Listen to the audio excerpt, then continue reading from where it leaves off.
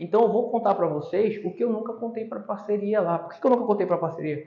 Porque para mim ia ser só um desgaste de energia. Eu ia querer mudar toda a estrutura do escritório dele. Não, cada um tem a sua responsabilidade. Eu fiquei com a área de trabalho em relação a eles e a gente ia lá. E qual é o problema de eu aceitar várias áreas? Primeiro que o tempo vai ser maior. Embora eu domine o conhecimento de outras áreas, que vocês também dominaram o conhecimento de várias áreas durante a academia, o tempo de construção daquela demanda para atuar com segurança nela, com a mesma segurança que eu atuo na minha área, que repetidamente eu trabalho, revisito, atualizo, vai ser diferente. Se eu demoro 1 hora para fazer uma demanda, provavelmente em outra área que eu não tenho conhecimento, eu vou demorar dias, 2 dias, 1 dia, 8 horas, 3 dias, uma semana. Por quê? Porque é uma demanda em uma área diferente, eu preciso solidificar o conhecimento para poder dar a minha canetada. Afinal, tu vai assinar lá, não vai assinar mais fisicamente, né? Inclusive, eu amei que trocou, porque antigamente era minha letra, é horrível. Dá para perceber, né? Mas aqui eu ainda tento, isso aqui é eu tentando fazer ficar algo legível. Mas no papel é um negócio assim, bem médico, sabe? Bem arrastado, porque a minha cabeça é muito acelerada, minha mão não consegue acompanhar, eu tento acompanhar o pensamento. Enfim, não é uma coisa muito. Eu preciso realmente respirar muito para a letra ficar legível. E o que acontece? O tempo, basicamente, do processo é isso. Eu consigo fazer muito rápido as matérias que eu tenho, mas quando eu for doar em outro processo, vai demorar demais.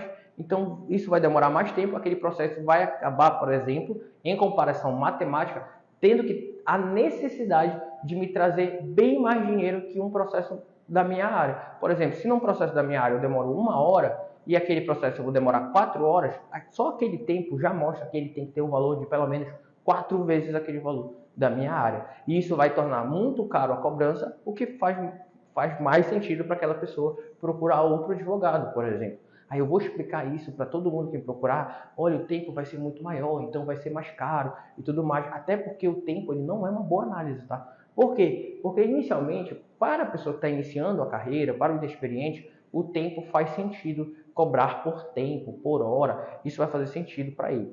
Porém, depois de um tempo, ele vai ganhar produtividade, ele vai ganhar experiência, ou seja, com menos tempo, ele vai poder gerar um resultado da mesma forma e até melhor, doando menos tempo. Assim, já vai ficar injusto que a gente cobre por tempo. Então, o tempo, rapidamente, ele deixa de ser uma métrica boa para quando a gente vai cobrar os nossos honorários. Então, por isso, não ia dar para ficar cobrando por tempo e variando demanda. Até porque eu perco a métrica de tempo dos honorários que faz encarecer, mas também encareço outros tempos. Porque, por exemplo, na área trabalhista, 1 mês, 3 meses, eu consigo finalizar boa parte, mais de 50% das nossas demandas a gente finaliza depois de iniciada, protocolada, 1 mês, 3 meses. Por quê? Porque faz um acordo. Então está encerrado o processo. Agora, em outras áreas, se eu for pegar de uma área maior, além do tempo de produção, tem o tempo de julgamento, que vai ser muito maior. Então, por conta disso, já é outra questão. Diligências presenciais que a gente não faz na área trabalhista, vai ter que fazer em outra. Tudo isso faz eu perder métricas, então eu estou variando demandas, estou variando valores, estou variando tempo. E isso é prejudicial. E eu só estou falando do tempo ainda, tá? Isso vai diminuir a tua produtividade. Porque se eu poderia ser mais produtivo, se quando eu tenho mais experiência com aquilo, eu sou mais rápido, eu consigo metrificar as coisas, eu consigo reaproveitar, o que vai acontecer? Eu não vou conseguir fazer isso em outras áreas. Porque eu já fiz esse vetor em outra área, né? Se eu dou um passo para frente e dou outro para trás, não estou dizendo para trás que é pior do que para frente, tá? Porque pode ser outro caminho, só virar daqui já para lá. Mas a grande questão é, se eu dou esses passos, o que eu estou fazendo? Eu estou anulando, eu sempre estou com a experiência do mesmo ponto, porque eu só tenho a experiência de um processo para cá e para lá. Aí eu dou um passo para a esquerda, um passo para a direita, voltei para o mesmo lugar. Então os vetores se anulam. Eu não estou muito distante da onde eu parti se eu dei passos divergentes que diluíram a minha experiência. Agora, se eu dou um passo para o mesmo caminho, ó, 4 passos para frente dessa tela, para frente desse celular, vai bater no celular, vai cair tudo, acabou a parede. Então, o que acontece? Eu fui mais longe, né? Mas quebrei a cara, não, brincadeira, assim. A grande questão é que eu fui mais longe, ganhei experiência em relação a isso. Então, eu preciso utilizar essa experiência a meu favor, não variando demandas, mas se eu variar, isso vai dificultar. Então, isso não é para quem está no início, é só para depois? Não, depois tu vai gerar esse efeito de bola de neve, vai ficar mais difícil. Então, tu tem fundamento. Só que, claramente, o senso comum, a maioria das pessoas que falam sobre isso, nunca tiveram negócios, nunca advogaram de fato de forma sólida e profissional. E outros tempos sustentam outras estratégias em outros momentos. Agora, a gente precisa pensar no hoje.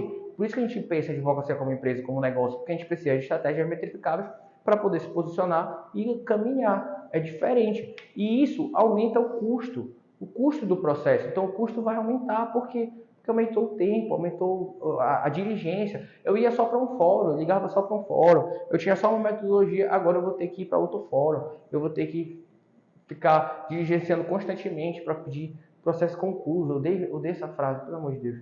Tá? Então, aumenta o custo, tá? E aumenta o custo também, não só em valor, mas o custo de oportunidade, porque se eu estou inchado com um processo que vai demandar mais tempo, em que eu coloquei ali a minha carta de cliente, e sendo que assim, eu poderia atender 3 pessoas, 3 tickets diferentes no meu processo. Aí eu estou atendendo um que ocupou o lugar de 4 pessoas, tá entendendo? Então isso é muito problemático, vai prejudicar, eu vou me engessar, já usou muito essa palavra aqui em várias áreas. Se eu me engessar, eu vou perder várias oportunidades, porque no momento que aparecer a oportunidade, eu vou estar ocupado. E eu deixo também de poder construir a oportunidade. Porque, eu não consegui um cliente. E aí? Eu não... Cara, tu tem aquele tempo ali de 4 horas, vamos dizer assim. Tu pode produzir campanhas, tu pode estudar o teu marketing para melhorar a tua captação. Então, o custo de oportunidade também é o custo do estudo que eu poderia ter para melhorar lá na frente e pegar, em vez de um processo, né, que ocupa aí o espaço de 4, pegar 8, pegar 10, pegar 12. Então, tá entendendo? O custo de oportunidade, às vezes, vem pela oportunidade de tu aprender a melhorar a tua captação, a melhorar aquela organização e não se deixar levar pela vida, pela sorte. Não dá para levar pela sorte do negócio, tu tem que ter métrica, tá? E isso diminui, inclusive, falando em métrica, diminui as métricas.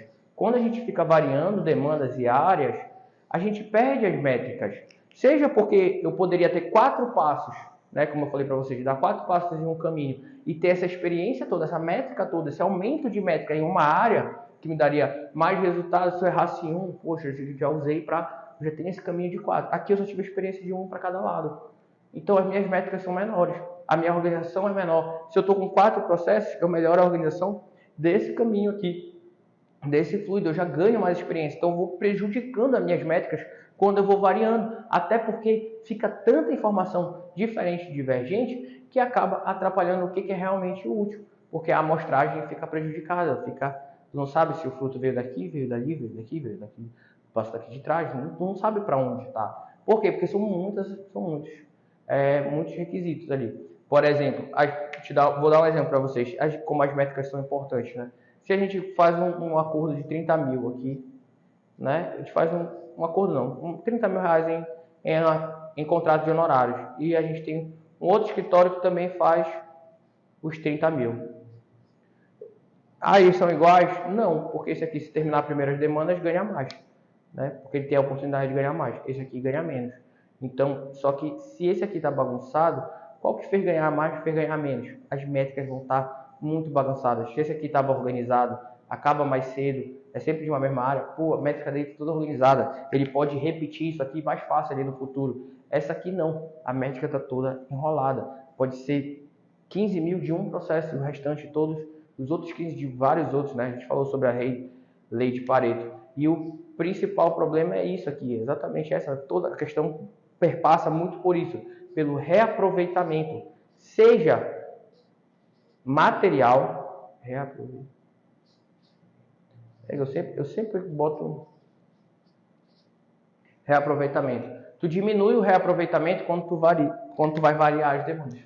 Né? Estou variando demanda, vou poder aproveitar uma tese lá do consumidor para a área trabalhista? Não. Eu vou poder aproveitar as súmulas lá do STJ para o TST? Dificilmente. Então, essas são as questões. Quando a gente está variando demandas, a gente dificulta o reaproveitamento tanto do direito material quanto da organização para o caminhar administrativo daquele tipo de público, daquele tipo de ação. A gente prejudica o reaproveitamento até das diligências, de tudo que tu vai fazer, porque tu já está acostumado com aquele procedimento, vai ter que construir um outro procedimento para outra área. E isso é muito problemático. Eu dei um exemplo em uma das aulas que eu vou usar aqui pela segunda vez, porque ele é muito útil.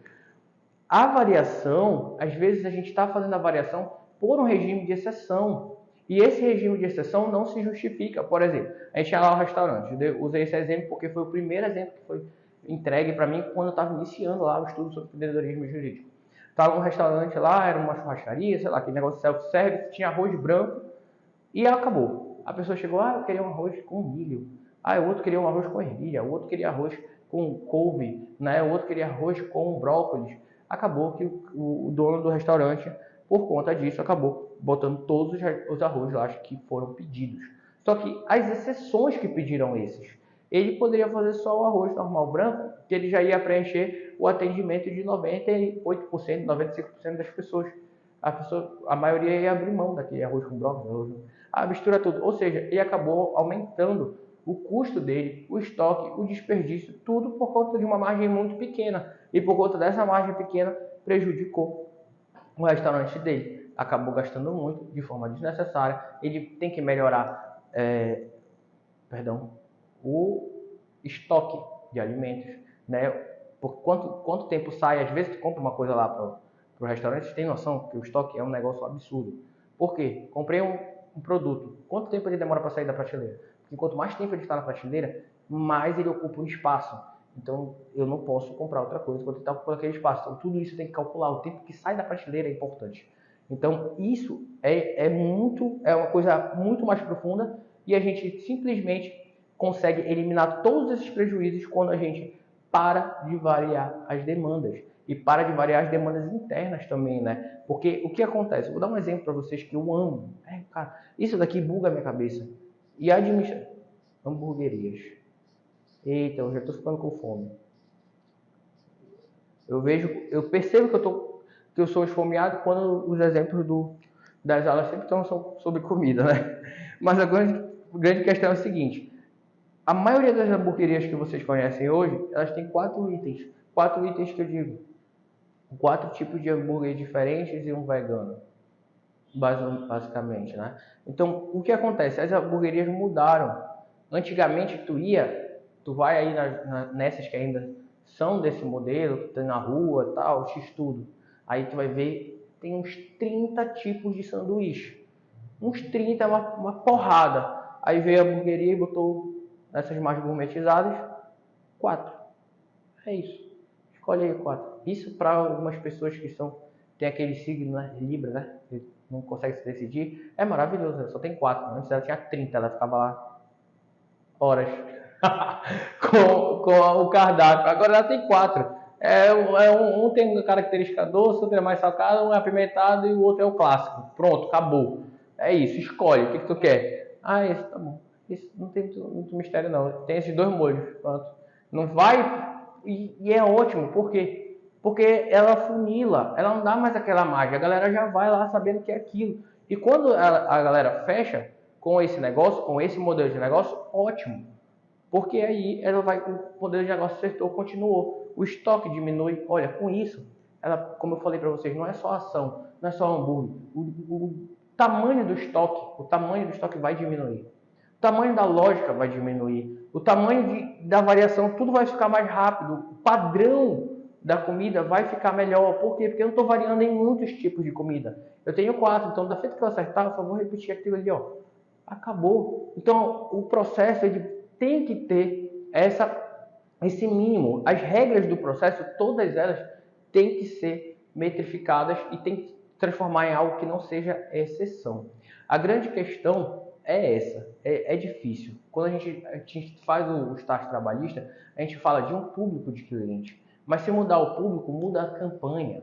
Então, tudo isso a gente vai trabalhando, né? Vai trabalhando quais são as ações, quais são as regras. Para quê? Para que vocês não tenham que entrar num regime de conhecer todo o direito de trabalho que é impossível, por exemplo.